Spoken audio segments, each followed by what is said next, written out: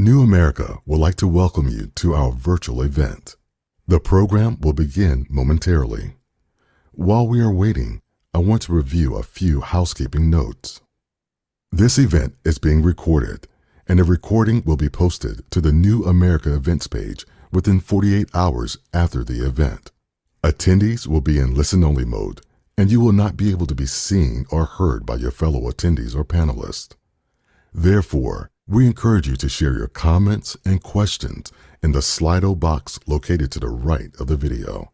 Closed captioning is available by hovering over the video and clicking CC at the bottom of the video.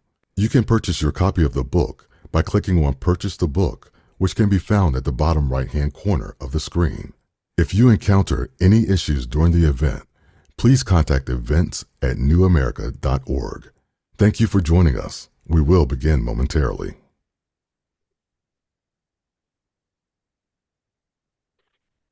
Okay. Hello, everyone. I want to thank you for joining the New America Fellows Program for this discussion of Jason Zengerle's new book, Hated by All the Right People, Tucker Carlson and the Unraveling of the Conservative Mind. My name is Phil Bennett, and like Jason, I was a class of 2023 New America Fellow. You've heard some of the housekeeping. About the bottom of the hour, we'll open it up for questions, and I'll repeat the instructions about how to submit your question. And you can also buy a copy of the book, which I'd highly recommend. And it's available through the book-selling partner of New America, Solid State Books. And you should see a link on the page you're looking at with instructions about how to do that. So now I'm going to give Jason a brief introduction. He's a staff writer at The New Yorker covering politics, and he was a contributing writer to the New York Times Magazine, and previously worked at GQ, New York Magazine, and The New Republic. He's the winner of the 2019 Toner Prize for Excellence in Political Reporting, and a former fellow of mine at New America. Jason, I just want to start by congratulating you on this important book. Thanks a lot. And, for our friends and colleagues in the audience, I thought that, whether you think you already know Tucker Carlson or you think you don't want to know Tucker Carlson, this book will persuade you otherwise. It just has so much that feels new and important in it. And I wanted to start in the now. The book reveals, I think, very persuasively that Tucker over the last quarter century has been such a successful shapeshifter that his trajectory mirrors and in some cases influences a lot of the changes that we've seen in the media and in politics over the last 25 years, especially the conservative media and politics. But if you were to explain to someone today unfamiliar with Tucker Carlson why he's important now, how would you describe him? He's, technically he's a podcaster, right? But I think he wants to be much more than a podcaster, and I think he is bigger than that. And I would say he's not even really a media figure anymore. I think of him as more of a political actor at this point, and Mhm. almost a movement leader. He, obviously has this platform, which is his podcast. It used to be Fox News, but he's using it for things that are more than just, getting eyeballs and views and the money that comes from that. He's really trying to shape our politics and shape our country. And he does that in part through the Trump administration. He has, a very close relationship with the president. He has an even closer relationship with the vice president. And he's weighing in, behind the scenes on policy, on personnel, all of these things. But, I think beyond that, in the public space, he's articulating a coherent ideology that he is trying to gain converts to. And he's doing that, 3 or 4 days a week. And it's more than just entertainment. I think he has a more serious purpose in mind, and I think I mean the thing about the book, like I really wanted to take him seriously, and kind of Mhm. subject him to the sort of scrutiny you would subject a political leader to. And because I really think that's the way you need to think of him at this point. Great. Well, we're going to get to, ways in which he may be influencing the politics and the conversation in the country and what that coherent point of view might be. So now let's go back then a little bit towards the beginning. So, one of the animating questions that you ask at the beginning of the book, and you're channeling others who is what the hell happened to Tucker Carlson? And implicit in that is that he wasn't the person at the beginning that he became later in life. So take us back to when you meet him in the 1990s. Who was he then? How does his story start? So I first encountered Tucker in, I think, 1997. I was an intern at the New Republic magazine. He's only a few years older than me, but he was, light years ahead of me career-wise at that point. He was working at the Weekly Standard magazine, and he was, I think he probably like the hottest young writer in Washington at the time. He was a terrific magazine journalist. I mean, really, really good writer, excellent reporter, and a courageous one because within the sort of the conservative media world, and I think this happens on the left as well, but I do think there was a real reluctance sometimes to go after prominent figures, kind of sacred cows, and Tucker did not have that. He wrote very critically of Grover Norquist, who at the time was I think probably the most important conservative activist in Washington. He wrote a profile of George W. Bush in 1999. At that point, Tucker had kind of graduated to Talk magazine, which Tina Brown had left the New Yorker to found Talk. And so it went out of business not too long after that, but it was a pretty prominent publication. He wrote this profile of Bush that, wasn't a hatchet job, but it was very sort of subtly and kind of deftly, dissecting him and conveying all the things about him that would prove to make him such a bad president, kind of, the callowness, the stubbornness. Um, and Tucker just, he was a guy who seemed to be on a path towards, like a David Brooks path or something. And David Brooks was one of his colleagues at the Standard, and you could sort of see Tucker, who at the time was only in his mid-20s, sort of graduating to the Times op-ed page at some point, and just kind of becoming this, this figure who occupied that space in our politics. He was really, really good. Yeah, I mean, you say that, in another era, he might have continued to aspire to be Tom Wolfe, Hunter Thompson, that kind of Yeah. thing, but he wasn't in that era. And so you describe that, and this is not the first time, not the last time this happens in his kind of boom and bust career, that he sees something happening in the media a little bit before some others do, and he starts to move in a direction that eventually others will follow. So he goes to television. And so how does that happen? Well, Tucker, he I think one through line throughout his whole career has been this desire for, fame and power and money to a certain extent. And I think he recognized that print was not going to provide that for him. So at the same time that he's writing all these articles for the Weekly Standard and elsewhere, he's also doing some television. And television has really changed at that point. Cable news is really changing because Fox and MSNBC have come online and they need to fill airtime. And one of the ways in which they fill it, CNN, is also there, but CNN has like this worldwide reporting network, like they're actually kind of reporting the news. It's really expensive to do that. Fox and MSNBC realize like we can't really afford that. So one thing we're going to do is we're just going to talk about the news. We're just going to have people on who can just talk about what's happening, kind of reacting to events. And previously, journalists who went on TV to talk about politics tended to be folks who had spent a lot of time covering politics, like the David Broders of the world. Like you needed to kind of have some experience, some bona fides to graduate to television.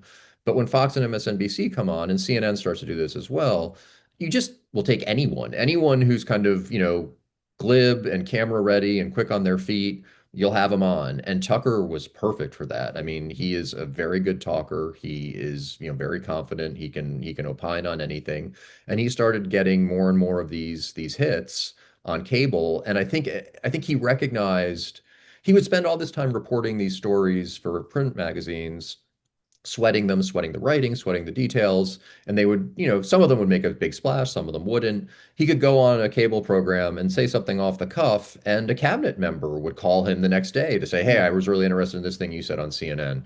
So he decided to go full time into cable news. CNN hired him. He was the youngest anchor, I think, in the history of the network at the time. And he was pretty soon put into one of the most prominent places on the network. He was given the on the right chair on Crossfire. Crossfire was kind of this venerable political debate show that was on CNN for a long time, and important people occupied that chair.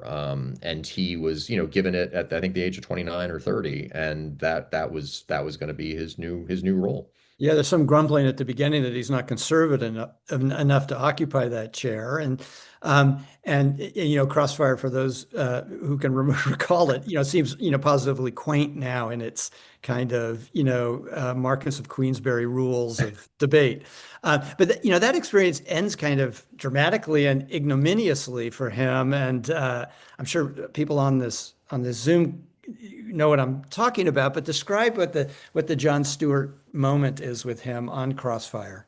So there was a critique was building up about Crossfire among political people, media people, that it was play acting, and it was a very hackish debate show, and Tucker was representing the conservative point of view, and I think he would really had to toe the party line. He had to toe the Republican Party line, and I think it was sort of like political hacks, just kind of in debating about the issues, and then afterwards they would all be friends and they'd go off and get dinner together.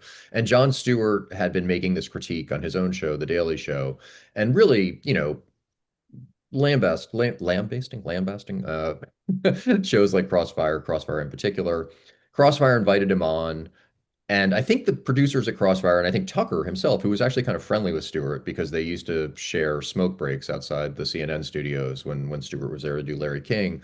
I think Tucker thought Stewart was in on the joke, that Stewart was criticizing Crossfire, but it was the same way, Tucker would criticize the liberal position and the liberal host, Paul Begala, would criticize the conservative position. Stewart wasn't joking. And Stewart came on and he just, he absolutely went at Tucker and went at Begala in a way that you don't really do in that kind of environment. He didn't pull any punches. And he ridiculed Tucker for wearing a bow tie. I mean, he called him a dick, like on air. And Crossfire had a studio audience at the time. And I mean, the thing that was, I think, so painful for Tucker is the studio audience took Stewart's side, and they're cheering him on as he's taking a hammer to this show. And it was such a just a devastating performance that the new CNN president, like a month later, decided to cancel Crossfire. And in his statement, sort of announcing its cancellation, he said, like, "I agree with Jon Stewart." And Tucker was a casualty of that. He lost his contract at CNN. And, Yeah. it was when you look at sort of the inflection points in his career, like this is definitely one of them because, I mean, the public humiliation he suffered and the sense that he had it. And I don't know if this is entirely accurate, but he felt that his friends in kind of the clubby world of DC media and DC politics did not come to his assistance in a way he would have liked them to. And I think that planted kind of a seed of resentment that has, really blossomed over Yeah, well, time. it's notable because even though Stewart, his critique might have been a performance of its own, the accusation is, the one that goes viral is, you're hurting You're America. hurting America. Yeah. So Yeah. it really is a more than, it's a pretty deep, cut. So that's great, because we could stop there on the media side for a moment and go to say what's going on inside his head politically, because around this same time he begins to move away from the neocons, from the Weekly Standard view of things, and the catalyst for that is really Iraq. Yeah. That he so describe you have to put it in a nutshell, but he moves radically on Iraq, and he does it before other conservatives do. Yeah, he had harbored some private doubts about Iraq and about the wisdom going into war there, which he suppressed. And publicly, he was a cheerleader for the war. And, look, in a way, he had to be. His job at Crossfire was to be the Republican representative or the conservative representative. And so the show doesn't work if the guy on the right is saying, "Yeah, I'm not so sure about this." So he was banging the war drums. But he had these private doubts, and then, I think very much to his credit, he recognized the disaster that Iraq was and was going to become much sooner than pretty much every other conservative pundit, and he voiced it. He went to Iraq in late, God, I've lost track of time at this point. What, 2023? Like 9 months into the war, he did a story for Esquire, saw it for himself, came back, said, "This is a disaster. I'm embarrassed that I ever supported this." He publicly disavowed it.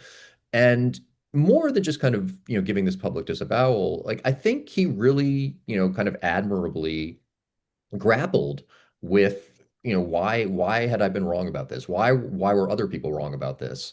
And he really started to reevaluate, I think, his entire kind of worldview. And he reevaluated the people that he looked up to. He was a fan of Bill Kristol, who had been his mentor and editor at the Weekly Standard. He was a fan of John McCain's. And I think he started to wonder, like, okay, what else were these guys wrong about? And, conversely, he started to wonder the people who these guys had held in such low regard, someone like Pat Buchanan, who was obviously, an America First guy, isolationist, was very opposed to the Iraq War. I think Tucker started to wonder, okay, like, what else was Buchanan right about? And it prompted him to reevaluate all sorts of issues and all of his views on them. And one of the really interesting things to me in doing the book was after he left CNN, he went to MSNBC, and I didn't watch the show at the time. I don't know who did, but if you go back and you look at the transcripts, you really start to see the changes he is going through, like in that show, on issues like immigration, on issues like free trade. He Mhm. starts articulating a much more, paleoconservative Buchananite line, even back then, which, I think the common kind of perception of Tucker is that he started taking these, paleoconservative views only after Trump came along, and that actually is not the case. He was saying these things, as early as 2005, 2006. And it was a complete reversal from where he was before. When he was at the Weekly Yeah. Standard, he was pro-immigration, pro-free trade, just kind of conventional Republican views or conventional kind of mainstream conservative views. He Yeah. was starting to switch already, and I think that really came out of Iraq. Yeah, it's fascinating because the book really lays the groundwork for why Trump and Carlson connect the way they do later on when he's at Fox. I want to stop for a minute on the Daily Caller because there is another interesting moment in this evolution where Carlson goes to CPAC, conservative, convention. And he says, we need a New York Times of the right. We need to be responsible. We need to report facts. I mean, it almost is kind of it's a very strange, speech to contemplate today. But that's where he's at this moment where he goes into online journalism, and he's going to try to start an online news source that is going to be maybe a little bit like the Huffington Post or whatever. So it's going to be conservative, but there's going to be serious journalists working there, et cetera. And it doesn't quite go that way, right? Because because he makes a discovery about how successful a site like that can be, and Breitbart and Drudge and others are already out there. So what happens during that Daily Caller period that helps set up where Tucker goes next? So yeah, you're exactly right. He gave this famous 2009 speech at CPAC where he, went into CPAC and started praising the New York Times, which, is not going to be well received in that kind of environment. But that was the point. I mean, he knew he was going to get booed and heckled, and it was a Sister Soldier kind of thing. Like Mm. he was speaking to an audience outside that room, and because he, in that audience would view CPAC heckling him as something in Tucker's favor, right? And he had this whole kind of spiel about how you need to be accurate. And if your media organization isn't devoted to accuracy and facts, it will never succeed.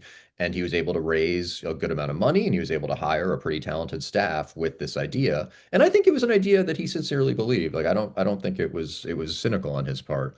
But he recognized very early, just by looking at web traffic numbers, that after the site launched, and it launched to great fanfare and a lot of support from the DC kind of clubby political world. I mean, if you there's like a fantastic sort of time capsule, like the launch party that had in 2010 at Juliana Glover's house, who was sort of like the preeminent Washington social hostess, and like Jake Tapper and David Frum and Christopher Hitchens and all these people are there to celebrate it and celebrate Tucker, who's returning from TV to the world of, sort of serious journalism.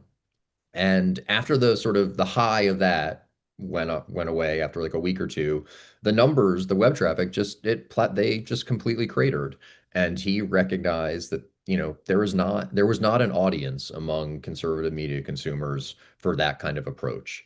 And he pivoted quickly, and the site pivoted, and they started doing, more kind of sensationalist, tabloidy stories.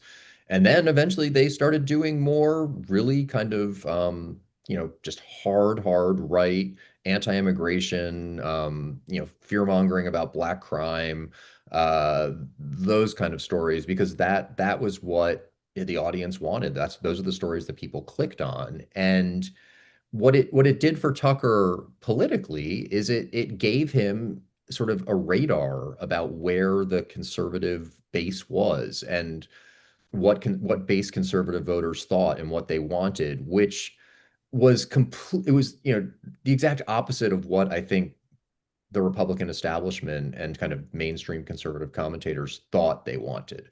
Because at the same time that Tucker's seeing these, really kind of like nasty racist articles, about immigrants are appearing on his site and doing fantastic numbers, you have Republican politicians talking about how the party has to moderate on immigration and they have to move towards the center. And that's what the only way we're going to, Obama's president, and like the only way we're ever going to win the White House again is if we take the party in this more centrist, moderate direction. And Tucker is seeing that like that's actually not what the voters want, or at least the audience wants. And I think that preps him for Trump in a way that other conservative pundits, other conservative commentators were not prepped. So then you have this incredible convergence where Tucker goes to Fox as Trump is coming into view in a way. He gets his own show right after Trump is elected. Is that the? Yeah, so Tucker goes to Fox, and Tucker goes to Fox as, it's like the NBA equivalent of like a 10-day contract. He's like a total bit player. It's the only cable news network he hasn't worked at that point, and they kind of like bring him on, pull him off the scrap heap. They give him this job where he's anchoring the weekend Fox and Friends, their morning show, I mean, if you think like weekday Fox and Friends is stupid, like weekend Fox and Friends like goes beyond that. And he has no connection to sort of the world of politics or intellectual arguments or anything there. Like he's driving a go-kart on the studio set. He's doing cooking segments with Billy Ray Cyrus. For a guy who is quite smart and certainly has intellectual pretensions, and I think they're legit. It's humiliating, but he does it anyway. He does it with a smile on his face because he really wants to stay in TV. So he's kind of hanging on by a thread doing that.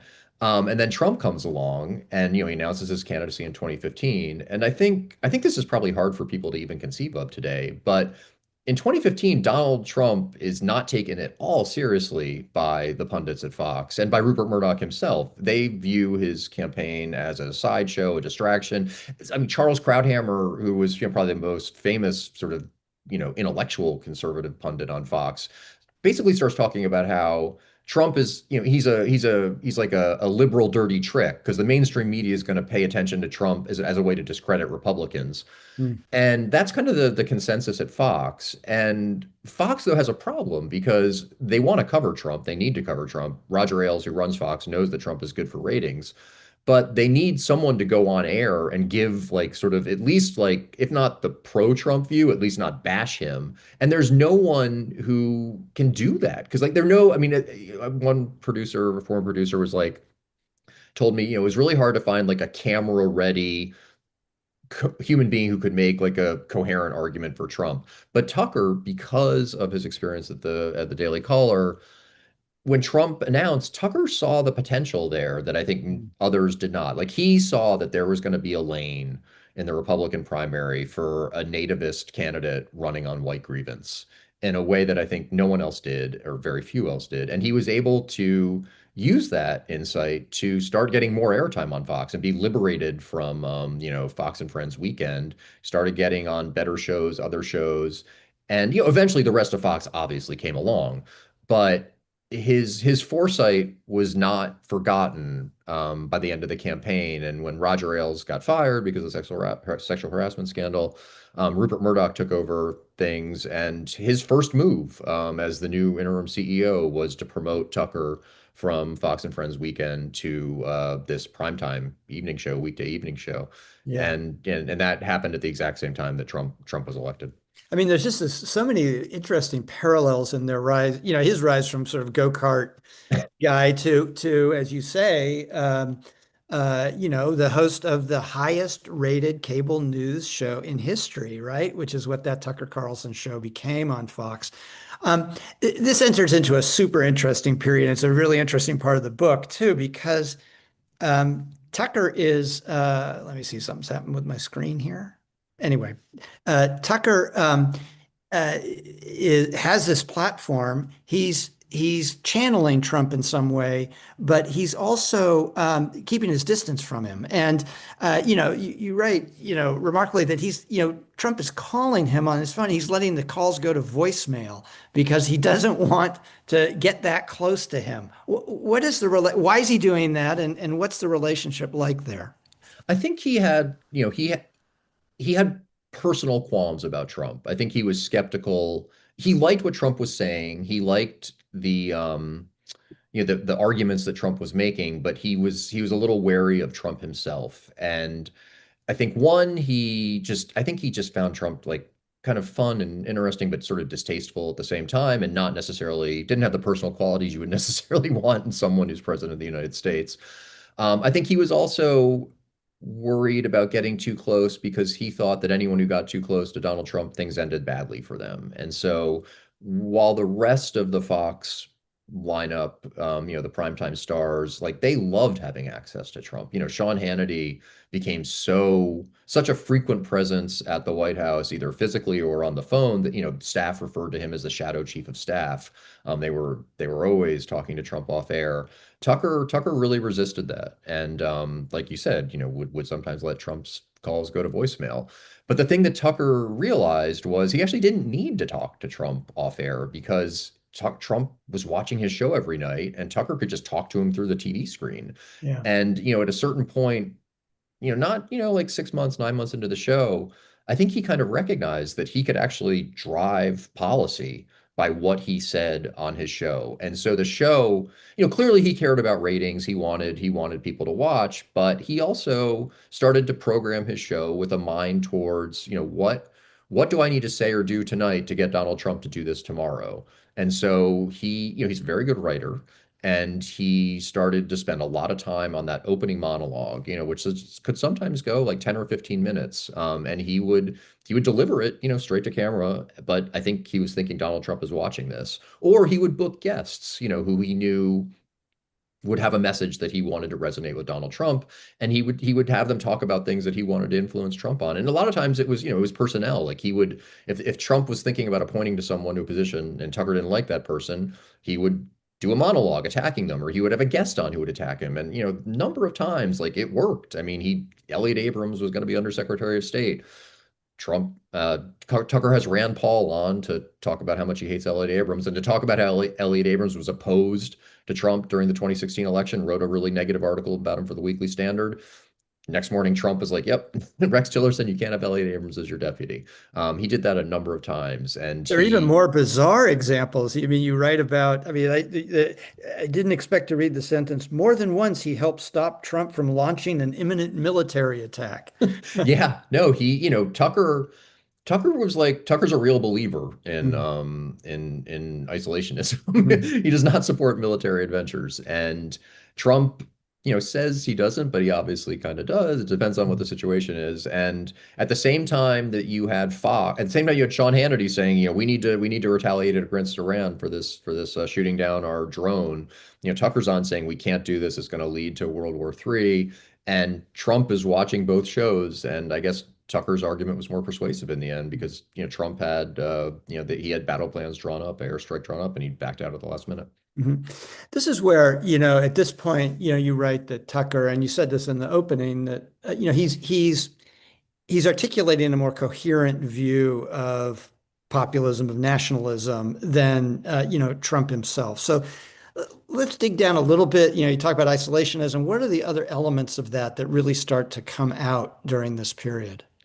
I mean, certainly immigration. He is a hardcore immigration restrictionist, and he wants uh, a country that is less diverse. I mean, for lack of a better word, that's whiter. Trump sometimes wants that, sometimes he doesn't. I think it depends on the day. I think Tucker is more hardcore on that.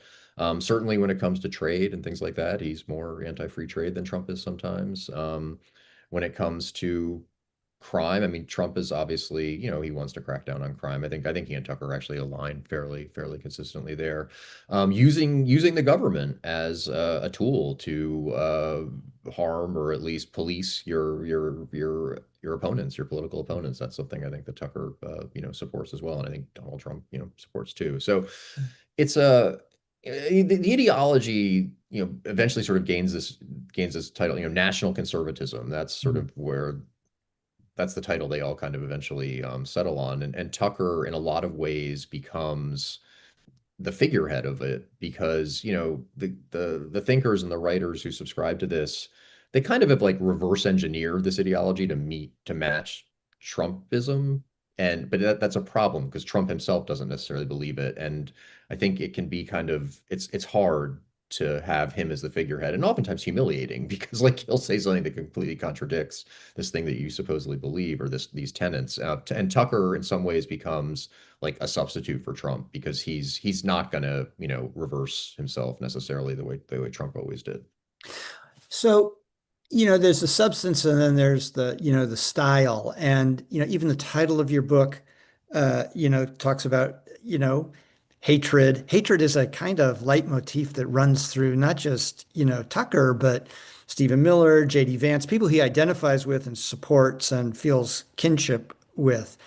Where do you describe a little bit about how Tucker is even more enthusiastic about attacking Trump's enemies than he is about supporting Trump. But there is this kind of just, uh, violent rhetoric, idea of of having enemies, of hating them.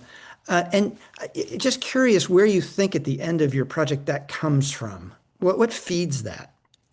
I think there is a lot of resentment that Tucker harbors, which in some ways, like he shouldn't, right? He's had a charmed life. I mean, he's obviously had his, professional struggles, but everybody has professional struggles, and we all have setbacks. I mean, his setbacks occurred, on national television, I guess maybe that's harder, but he really, I think, he's always been anti-PC, anti-woke. I mean, that's not new. That goes back a long time, but the the hatred of elites, which he for the longest time was a member of good standing of the elite club, and he was someone that they all liked. I mean, he played this kind of really sort of interesting role in the Washington, kind of political and media ecosystem where he was like the invited skunk at the garden party. I mean, he was the guy you would have over to say, like, literally have over to your house for a dinner party to like say kind of like the outrageous thing that all of all of your like liberal friends and neighbors would disagree with, but it was still kind of funny, and you would have him to like liven things up. I mean, not actually unlike Donald Trump, probably in New York social circles, kind of playing a similar role.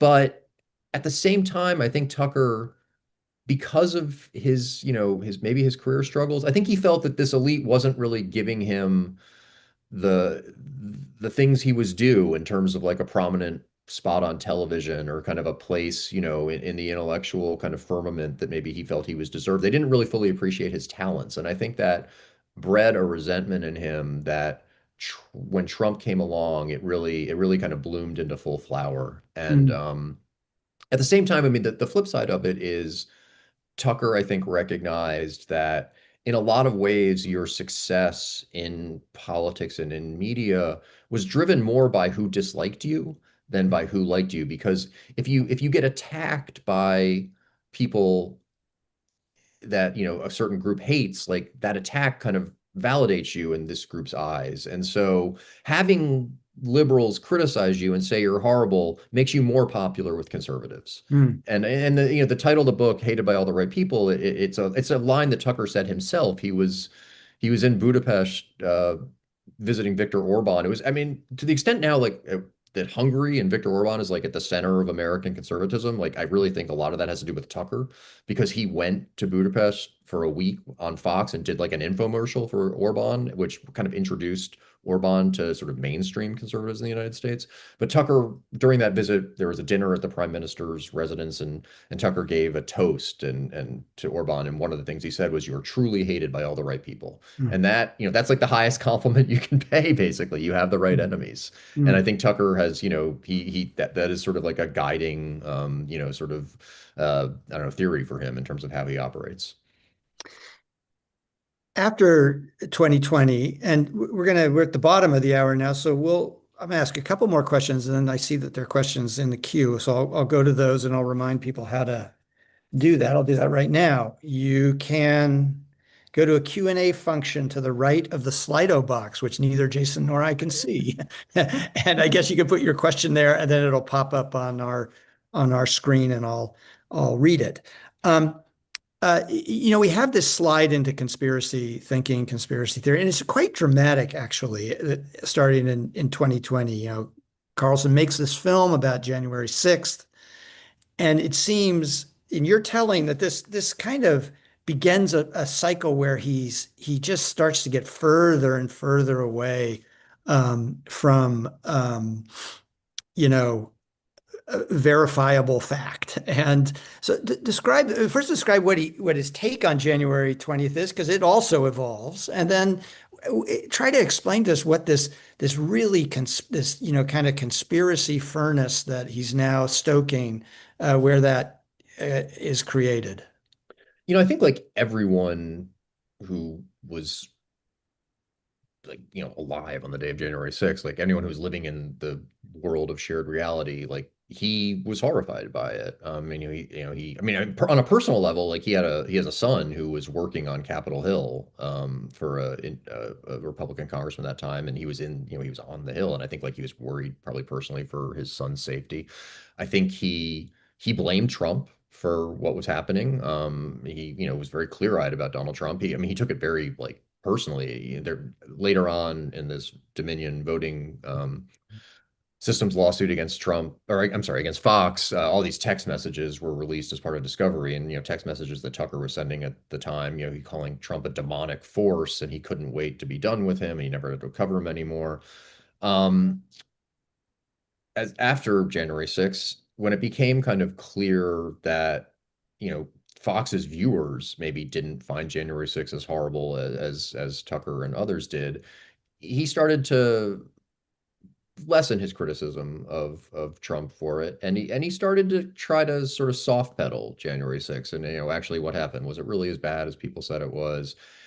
And then like he started to go further than that. And it was more like, well, maybe it was really bad, but it wasn't bad because of Trump supporters. It was bad because this was a government op. This was a federal op. And there was a conspiracy theory. Look, conspiracy theories are going to, rise up around anything. There was a conspiracy theory on the far, far right that January 6th had been caused by federal agents who were in the crowd and were provocateurs and were, urging these nice, peaceful Trump supporters to become violent as a way to discredit Trump and as a way to discredit the Trump supporters and as a way to steal the 2020 election. And Tucker started to kind of, sort of in little bits and pieces, would sprinkle that into his show, and it grew and it grew. And the thing that Tucker is very good at, and I use good not like in a normative sense, but he's successful at, is he is able to take really fringe ideas and theories and stories that often exist, in these like weird places on the internet. And he takes them and he reframes them a little bit, makes them a little bit more palatable, gives them maybe a little bit more gloss, and he would bring them onto his Fox show at the time and present them to mainstream conservative viewers in a way that, was kind of convincing. And, I think in the end with January 6th, he winds up producing this three-part documentary that makes this argument that January 6th was a federal operation, a government operation, the deep state basically running this, and as a way to bring repression onto right-wing conservative Americans. He basically says like the way we conducted the war on terror abroad in Afghanistan, the helicopters are coming back to the United States, like really kind of, dark stuff. But he did it in such a way that, I mean, I think like, I mean, I hope like, you and me were watching it, or like, this is nuts, but not everyone responded that way. And looking back on it now, his view of January 6th, which seemed kind of crazy at the time, like I think that's like the mainstream conservative view of January 6th now. And I really think Tucker, look, there are a lot of different conservatives kind of promoting that eventually, and he was not the only one, but I feel like he sort of put forward the most, kind of, I don't know, coherent, like internally consistent take about that first. And I think that that drove a lot of the thinking on it. And that's something that, he continues to do. It's a very dark conspiratorial worldview, obviously. And I think hopefully people can see that. But at the same time, like Tucker, he doesn't present as crazy. Mhm. Like Alex Jones says this stuff, and Alex Jones is a nut, right? So you kind of like you factor that into taking the message from him, like you discount it a bit. Tucker does not come off like a nut. He is a very credible looking, credible sounding person, and he's got his his rep tie and his Rolex, and he's just like this guy's just giving it to you straight. And I think he gives these ideas and theories like a degree of credibility and validity that most people who promote them in the past do not bring to those. And I think that that's kind of what makes him, dangerous, because he's able to make this stuff seem not totally insane.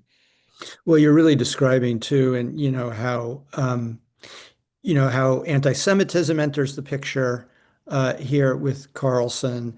His interview with Nick Fuentes, the white nationalist, happened after your book was finished, but you've written about it in the New Yorker a little bit. So take us into the anti-Semitism piece of it, and where it comes from, how it expresses itself. Yeah.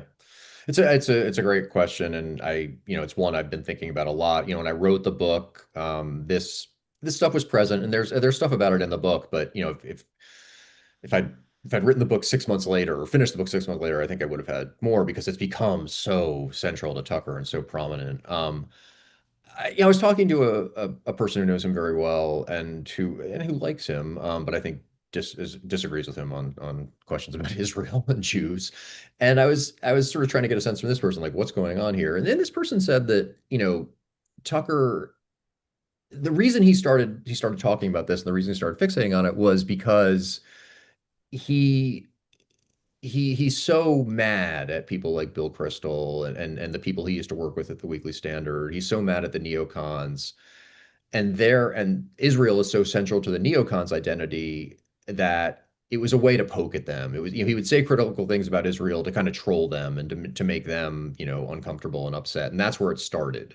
And maybe, it was almost just kind of like a cynical ploy on his part, or just something that he was directing at this very small group. I think it's clearly become bigger than that at this point. And I think it has kind of taken on almost like talismanic quality. It's so central to so much of his thinking. And he will often say, like, I don't want to talk about Israel. But then Israel is this through line through everything he talks about now. It comes up in the strangest places. Obviously, there's, a long history of anti-Semitism on the far right, long history of anti-Semitism in nationalist movements. Maybe it was inevitable that he would come to this, but he clearly, I think, believes this stuff at this point. I mean, the Fuentes incident was really, I think, kind of fascinating because I assume people who are watching this, like, know that he had Nick Fuentes on his podcast back in late October last year, and it prompted this, kind of amazing kind of fracture within the MAGA movement and within conservatism. Fuentes is an avowed white nationalist. He's a true white supremacist. He's a neo-Nazi. Like, there's no getting past that. He pretty much owns up to that. Tucker had taken a bunch of shots at Fuentes on his show. He called him a Fed, which is like the worst thing you can say about someone in that sort of far right space. He said Fuentes was like a gay little kid living in his parents' basement.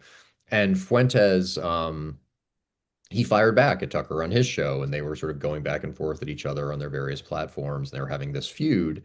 And Tucker, I think, realized that he was losing, that Fuentes's fans were taking Fuentes's side, and they were really attacking Tucker.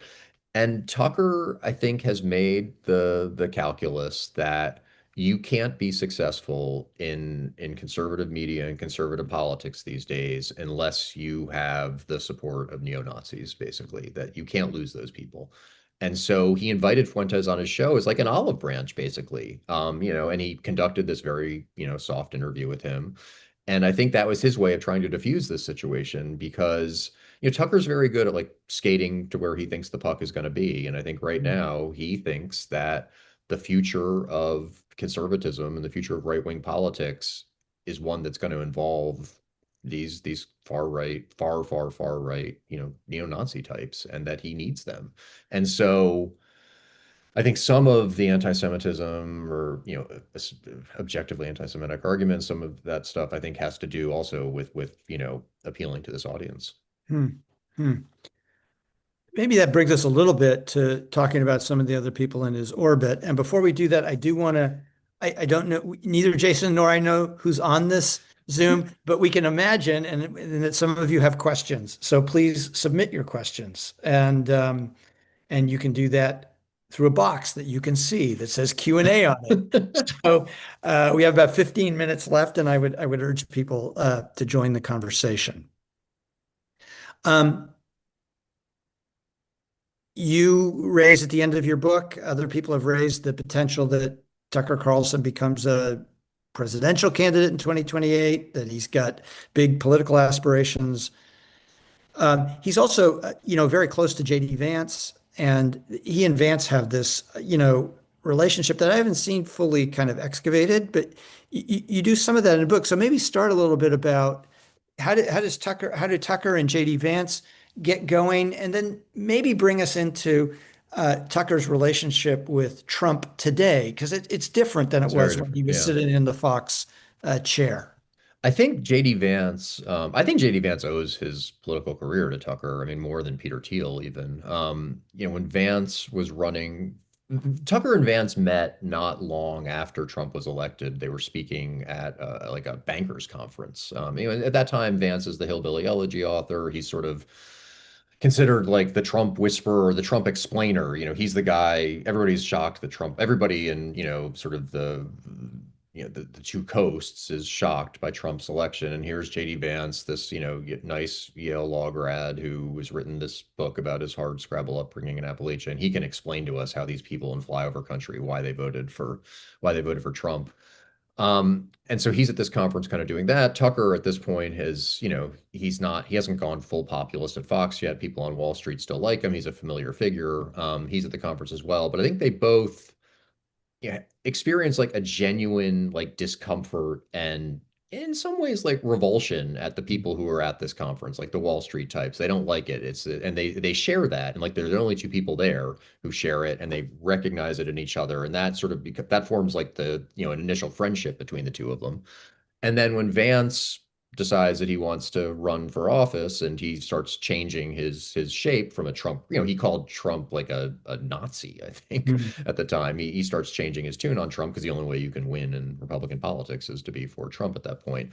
Tucker provides him a huge boost by having him on his show all the time.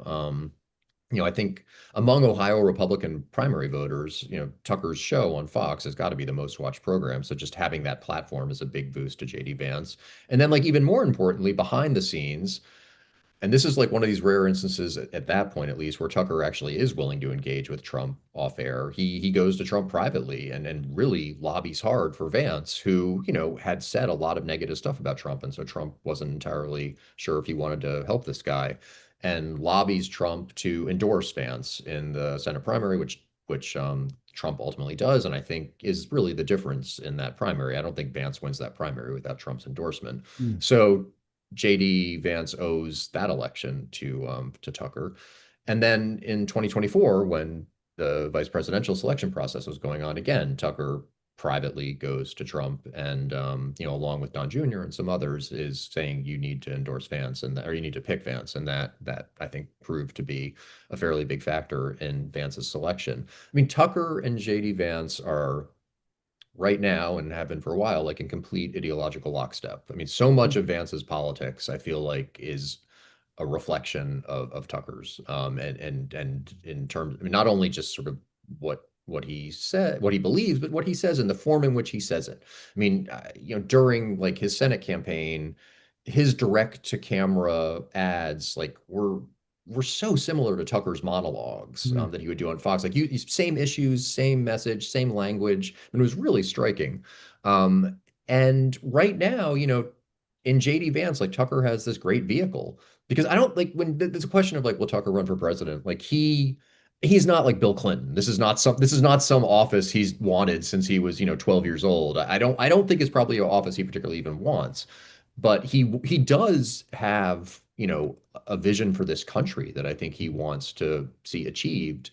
And Vance right now is the vehicle for that because Vance, seems to have the same vision that Tucker has. They share this. And I mean, the only way I could sort of see Tucker ultimately running would be if JD Vance starts to, diverge from Tucker, if they're no longer in lockstep. I think the second way it could happen, and I think this would probably be the more likely one, would be if Tucker came to the conclusion that JD Vance doesn't really have what it takes to be elected president. He's just not a talented enough politician.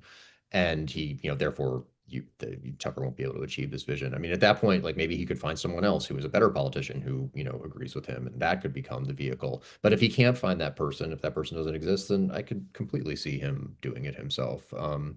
Just because, I think in his heart of hearts, he probably would like to just remain where he is now, and he can be in Maine and Florida, and this JD Vance can do all the stuff for him. But I don't think he wants to just kind of be a podcaster. I think he has bigger ambitions than that. We have a question about how you would assess Vance's chances in 2008 were you to assess them today. It's interesting because I was talking to some like sort of Republican people lately, and people who really like Vance, and they all talk about these are people who don't like Tucker and do like Vance, and they're all worried about Tucker's bad influence on Vance, and Tucker's leading Vance to a place that he's not going to be able to recover from, and he's not going to be able to win election if he goes too far with Tucker. And it makes JD Vance seem like this kind of he doesn't have his own agency in this. He's not an independent actor. I think Vance has made the same calculus that Tucker has made. And the way Vance has handled Fuentes, I think, is a real reflection of that. Vance in 2024, Nick Fuentes has said like the nastiest stuff about not only about JD Vance, but about JD Vance's wife, who is, Indian American. I mean, like he refers to her with a racial slur. He questioned Vance's, support for white identity because of who he married. He harps on the South Asian name that Vance gave one of his kids. And it's really gross. And in 2024, when he was asked about that, he said, that guy's a loser. I disavow him. When he's asked about Fuentes today, he dodges the question. And I think that's very similar to Tucker having Fuentes on his show and, making this sort of peace gesture. Like he doesn't want to lose Fuentes's fans. And so, I think Vance thinks that that's the way to go. Mm. In terms of like his natural political talents, like I think there are very good reasons to be skeptical of those. He's not a natural Paul. The thing about Trump, like Trump is entertaining. He's charismatic. Even if you don't like him, I think you have to acknowledge that JD Vance just kind of comes off as angry and awkward. And Mm. I think that will not bode well for his future prospects as a presidential candidate. But I think the ideological question and the thing that people around him are worrying about, and not his inner circle necessarily. I think the people in his inner circle are, comfortable with this. Why would they stay with him if they're not? But the people who are a little bit removed, the way they fret about, the JD Vance Tucker kind of alliance, I think is just strange because I think JD Vance is quite comfortable with it. I don't think Tucker is a bad influence on JD Vance. I Mm. think I think they influence each other. Yeah. What is as you look at the news, you say, well, a much more interventionist approach to the world than Carlson might have, endorsed, earlier. And then you also see Minneapolis, and I do not follow him closely enough to know what he has said about Minneapolis, but where is he on ICE and that?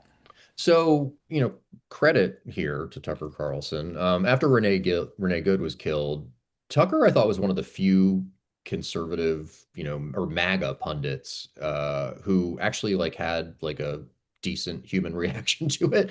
Mm, He wrote a thing for his newsletter, saying like I'm sure I disagree with Renee Good about immigration, but like this person should not be executed in the street, and this is a horrible thing. It's a very low bar, but a lot of people didn't clear that bar, and he did. mm, It's funny. Someone asked me about the Minneapolis stuff just a couple days ago, and I didn't know the answer because Tucker hadn't weighed in on it. But just a day ago, he finally did an episode, which I listened to yesterday, and he shifts the focus. I mean, he's not cheering on ICE for executing American citizens in the street, but he is trying to change the focus and put the blame on the protesters who are, you know, radical anarchists. He's basically saying like they're bringing this chaos they're bringing it to Minneapolis and they're going to bring it to your cities next. And if we don't sort of draw a line here and we don't stop it, this is going to become America. We're going to have a civil war because these people, they're not they're not necessarily protesting against ICE. They're protesting against just order in civil mm, society. And I think like even he said something like they are against Christians and they're against white people. So I'm probably getting the exact phrasing wrong, but he mm, injected that into the argument, and mm, it's a little. I mean, it's a little. It's just a way of like changing the focus. And he's not going to explicitly defend masked ICE agents, but he's going to try to shift the attention and the blame to these other people and make you be scared of them and make you want to do combat with them. mm. In your work going ahead, I mean, we've kind of ended up in this tough place. I mean, the end of your book is tough. And part of that is that one of the most savvy and successful diviners of the public mind and spirit, at least on the conservative side, is getting more and more extreme and more out there. And even what you're describing about, you have to have Nick Fuentes on your team if you want to be serious on the right. Boy, that seems like a hard position to dial back. I mean, what's your sense now about whether or not this has become a kind of, permanent or a kind of cul-de-sac for people that's going to be very hard for either the Republican Party or conservative movement to get out of. It's really, yeah, it's so difficult to see the way out of this, which is so depressing. And you look at like the 2028 sort of, Republican primary, and you look at a guy like Ted Cruz, right? Who is, kind of like really sort of like staked a flag against Tucker Carlson and against JD Vance and against blood and soil nationalism, right? And it's like he's like the only one.